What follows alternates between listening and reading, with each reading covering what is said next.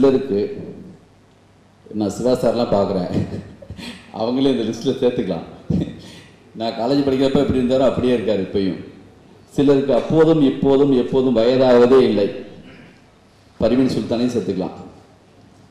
ஆப்போசிட்டில் உட்காந்து அறிவு மதனையும் சேர்த்துக்கலாம். ஒரு சிலரை பார்த்தா 15-20 வருஷமாக அப்படியே இருக்க மாதிரியே இருக்கும்.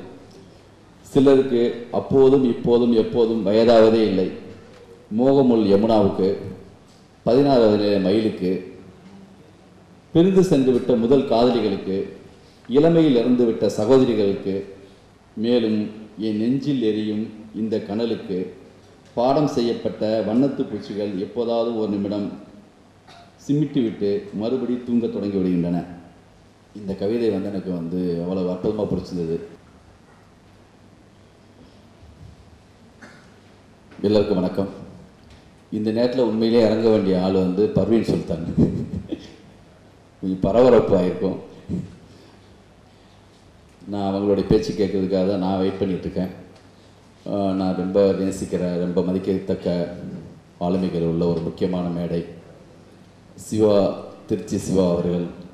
நான் கல்லூரி படிக்கும்போது எங்களுக்கெல்லாம் அவர் ஹீரோ. என்னுடைய பல படங்களில் ஹீரோவுக்கு பேர் சிவா தான்.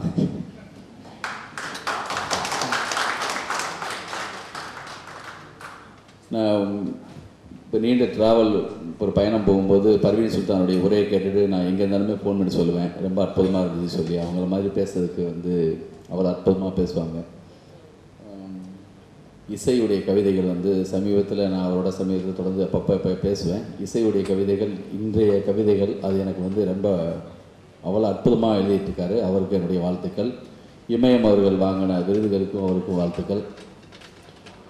கவின் மலர், மற்ற ரோகிணி அவர்கள், அவங்க வாய்ஸில் ஒரு கவிதை வந்துச்சுன்னா உண்மையிலேயே ரொம்ப அற்புதமாக இருக்கும். கண்டிப்பாக அந்த வேலையை கூடிய சீக்கிரம் நீங்கள் பண்ணி முடிக்கணும்.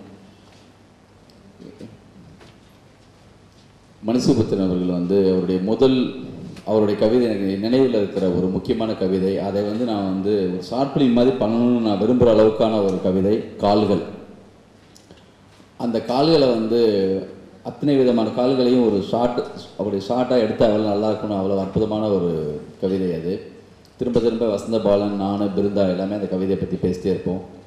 முதல்ல அவருடைய தொகுப்பு என் படுக்கையில் யாரோ ஒளிந்திருக்கிறார்கள். அந்த தொகுப்பு தான் எங்களுடைய அறையில் எம்ஜிஆர் நகர் ரூமில் இருந்தப்போ 93ல் முதல்ல நான் பார்த்த ஒரு தொகுப்பு. அன்னையிலேருந்து இன்றைக்கு வரைக்கும் அவரை நேரடியாக சந்தித்ததில்லை. அப்போல்லாம் அவருடைய கவிதைகள் மட்டும் படிப்போம்.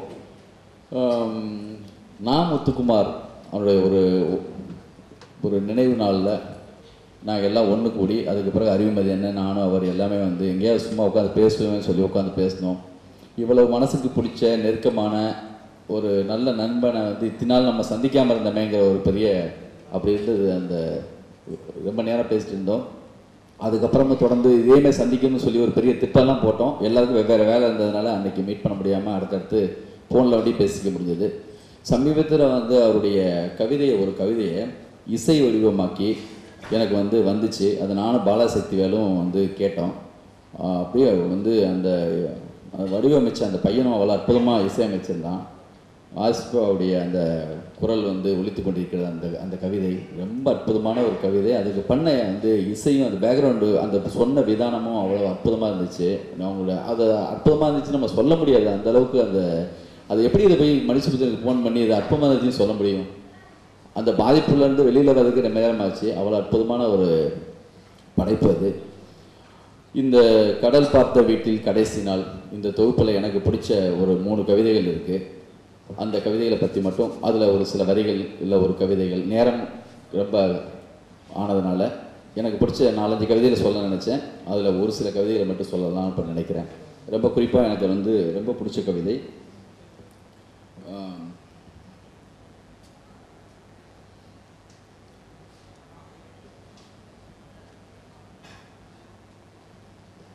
வயதாகாதவர்கள் அப்படி ஒரு கவிதை.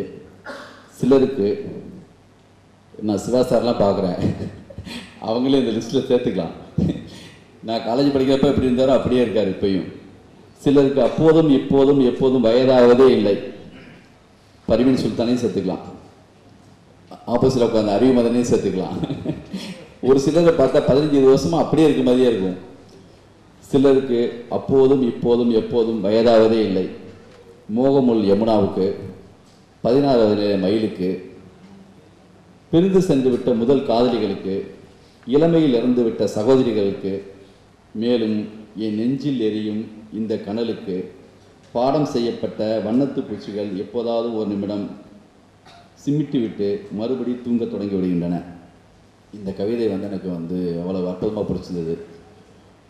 என்னுடைய மனசில் எப்பயுமே பூவை பூச்சிரம் நதியாக மட்டும் அந்த ஓடி ஒரு மாண்டே ஷாட்டில் ஒரு அந்த ஊஞ்சலை அப்படி துள்ளி குதிப்பாங்க. நான் அவங்கள வச்சு ஒரு படம் பண்ணும்போது கூட அவங்களுடைய வயசோ அவங்களுடைய எதுவுமே எனக்கு தெரியல. இன்றைக்கும் அந்த நதியாக என் மனசில் அந்த ஊஞ்சலை துள்ளி குதிச்ச நதியாக தான் என் மனசில் இருக்காங்க. அப்படி ஒரு சிலர் மட்டும் நம்மளுக்கு அப்படி தங்கிடுவாங்க. என் ரஜினி சாருடைய தீவிர ஃபேனு. எனக்கு எப்பயுமே ரஜினி சாருடைய தளபதி படத்தில் ராக்கம்ப கையத்தட்டில் பார்த்த மாதிரியே தான் இப்பயும் இருக்குது. இந்த சமீபத்தில் ஒரு படத்தில் பேட்டை படத்தில் ஆடும்போதும் அது எனக்கு உள்ள அந்த அவருக்கும் உள்ள தொடர்பு உள்ள விஷயம். அப்புறம் இந்த கவிதைகளில் பெற்றோர்களுடைய ஒரு கல்யாண மாடல் சம்திங் ஒன்று அவர் கையில் கிடச்சதுக்கான ஒரு கவிதை ஒன்று, ரொம்ப அற்புதமான கவிதை.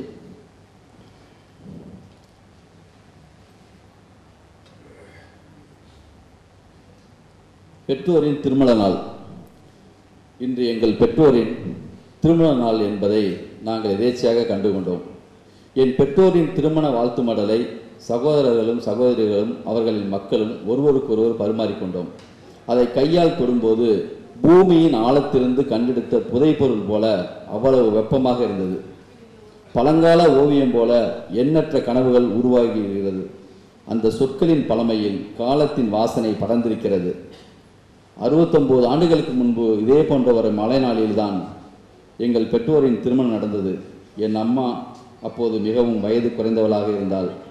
அவள் குழப்பமும் பயமும் கொண்டிருந்திருக்க வேண்டும்.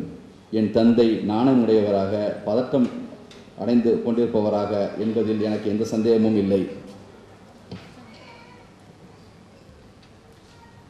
இருவருக்குமே அப்போது மிகவும் இளமையாக இருந்தார்கள். அவர் பிள்ளைகளாகிய எங்கள் எவரையும் விட இளமையாக. இது என்னை சற்றே திகைக்க வைக்கிறது.